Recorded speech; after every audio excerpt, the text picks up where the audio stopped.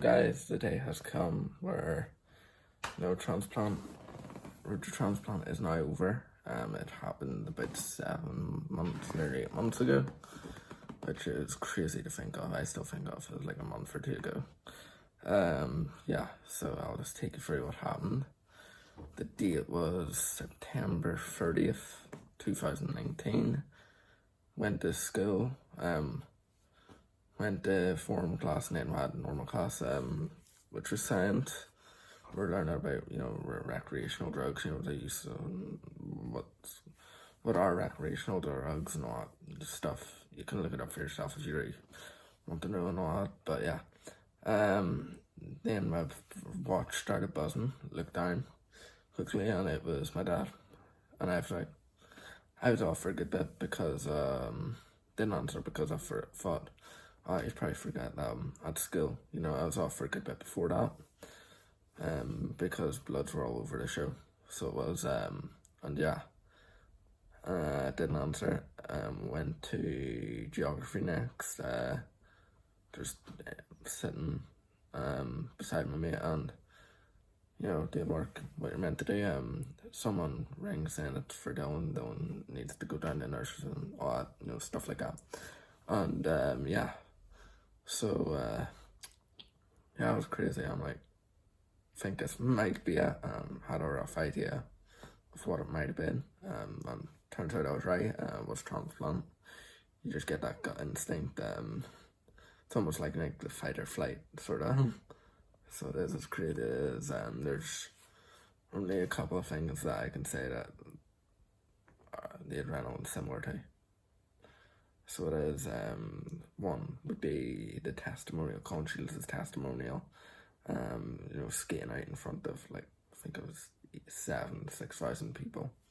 There's no more adrenaline like that, your heart's racing, the adrenaline's pumping. That's why I live for, I'm an adrenaline junkie.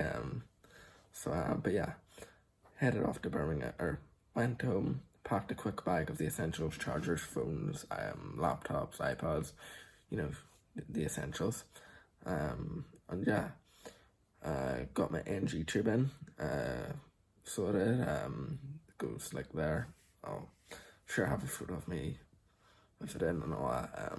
But yeah, it was crazy. So it was, went off to the airport.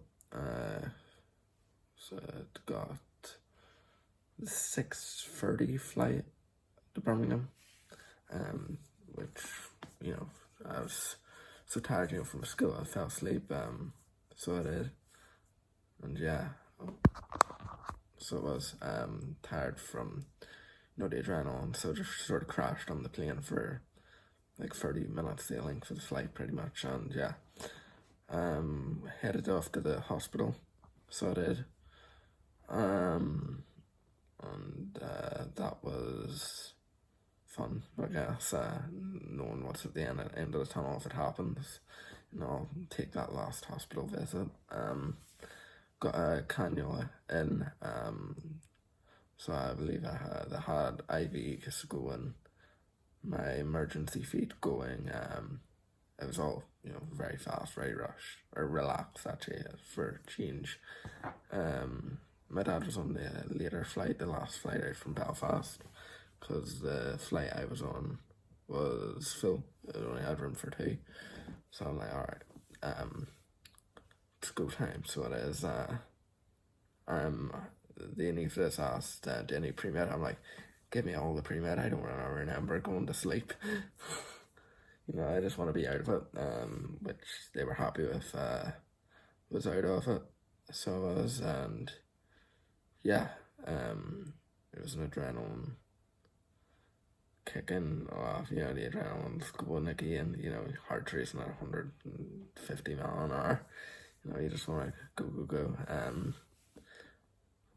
Transplant happened at about 1 a.m, so it was, which would have been the October 1st, obviously. Ice took 7 hours, 6-7 hours roughly, which is a bit quicker than normal, they said. So it is, they said it's usually 7 to 12 hours, I think it was. But yeah, it was insane. yeah, after that, went to ICU the next day. They said that they'll keep people asleep for about 4 to 5 days. And I was like, all right, I can do with having a five day nap. So good. Ends up, it turns out my body was saying no, that I wasn't allowed a 5 day sleep. So decided to wake up after 6 hours, which is very quick, very quick. And yeah, it was guns blazing. So it was, apparently the first thing I asked for was my phone. Couldn't open my eyes. Just went like asking for a phone.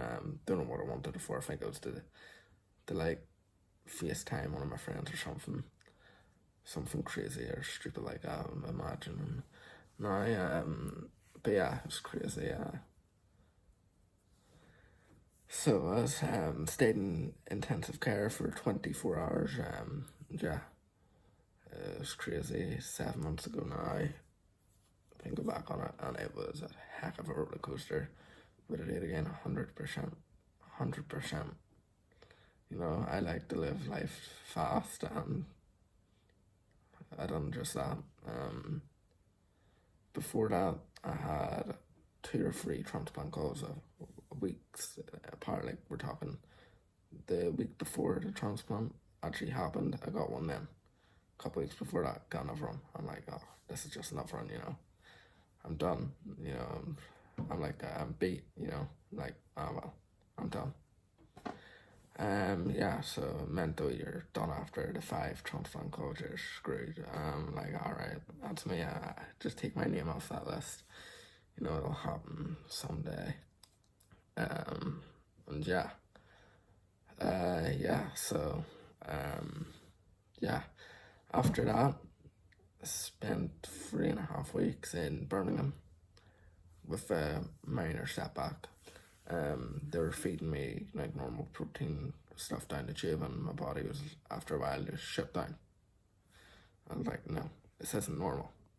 Just went into shock. I started vomiting 9 times a day, bile, vomiting, and had to get CT scans, X-rays, you name it, I had it. And that was just sore as it is, especially if you have a drain. If you don't know what a drain is, they are sore. They're hanging out the side of the wind, and they just kill. So today, I'm like, all right, this isn't fun. This isn't how I meant to make it go. So it is, and yeah, found out that it was just body went into shock. So they backed off, thankfully, for a bit. My transplant, before transplant, my weight was 68.7, 68.5 kg. A couple of weeks, like 2 weeks after, dropped down to 58.7, which is about 10 kilos, give or take. And then I got worried because I just kept losing weight. I was scrawny, lost all the muscle that I was working towards. I was training 2 to 3 times a week. So I was daily, maybe had 1 or 2 rest days a week. I like to go 110% every time I work out. If you're not going to give it 110%, why bother doing it? It's the same with life. If you're not going to give 100%, don't bother. You're just kidding yourself. But yeah, it's crazy.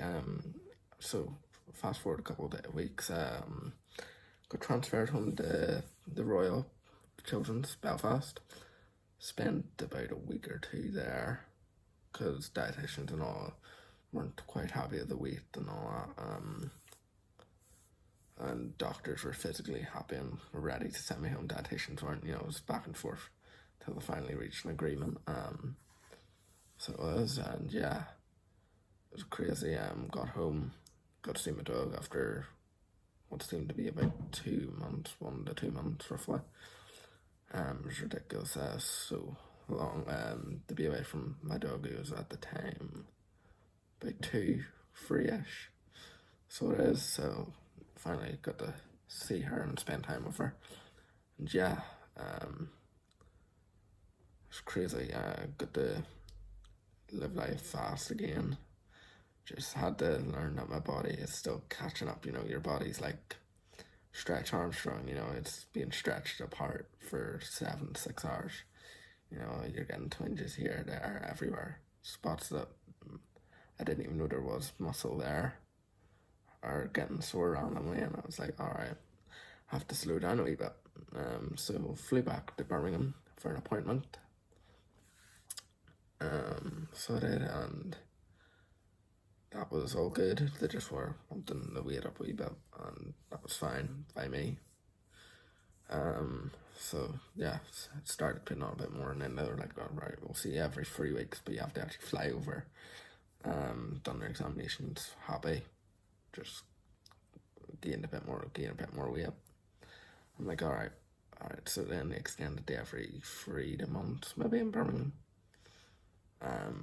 So it is, and yeah, that was another one that, training just going over for a day, because you're flying in at like 8 a.m. and flying home again at 9. To those frequent flyers, heads up, like that's insane. Like, I tip my hat to you. That's insane amount of flying time. Racked up the air miles, counted them all, obviously. But yeah, it was insane. The tacrolimus, which is the anti-rejection mode, was a nightmare, just trying to get it to sit with my body and all that. So as of meds, that's the only one I'm on pretty much now. So there's that and azathioprine, which is the immunosuppressant. So it is, and yeah, I haven't been on that in about a month or two because it was too high. So it's been a nightmare just trying to get them to settle. And the obvious question I asked when I was over there the first time was, can I play ice hockey? I'm wanting to play hockey in some shape or form. I want to play junior, I want to play pro. I want to coach, I want to be a scout, I just want to be involved with sport somehow. Want to help the next gen, I want to be one of those guys that are the coach and have some form of what they're doing. So it is, and yeah. The next time I'll be in Birmingham is 1 year. Well, it'll be my 1 year transplant, which is October 1st, and that is for some procedures, like just to check how the liver's doing. I think like stick a camera or something, or swab or something, I don't know. If I find out the name of it, I'll put like a little photo of what it's called and all that, sure. But yeah, yeah, it's crazy the amount of time that I spent recovering. Rehab at the start was a bit of a bitch, so if I'm being honest, it was a pain. I was up for it most days, but you have that one day where you're just like, I'm just relaxed and swear I don't want to do anything, one of those things. And yeah, that was something that I realised that I'll have to push through and get better at, especially having to get used to keeping up with my body now. I've got so much more energy. Yesterday I spent 4 to 5 hours outside playing wheelchair basketball at the back. So it was just 4 hours straight probably. Came in for lunch and came in for dinner, and then came in when it was dark. It's the same amount of hours, so it is. But yeah, recovery has been sound. So it has. Have been doing good, putting weight on now that they're happy that I'm roughly back to my own weight. That was, but yeah, I'm just excited now for the next step, and that is playing hockey, and due to this whole pandemic business. Just wanted to do a quick thing from diets I did before I got the end of the video. Just want to give a huge shout out to the NHS, BCH, Birmingham Children's Hospital, the nurses, doctors, surgeons, physio. These are all amazing. Thanks to Sharif, Dr. Sharif, Miss Song, all the nurses and physios like Zoe and Sim, and you guys rock. You just help me get back to where I am today. Yeah, so yeah, I guess that's the end of the video, probably longer than most of my videos. So yeah, just want to say, stay indoors, stay home, stay positive. You know, we'll get through this together for time, and yeah, up the NHS.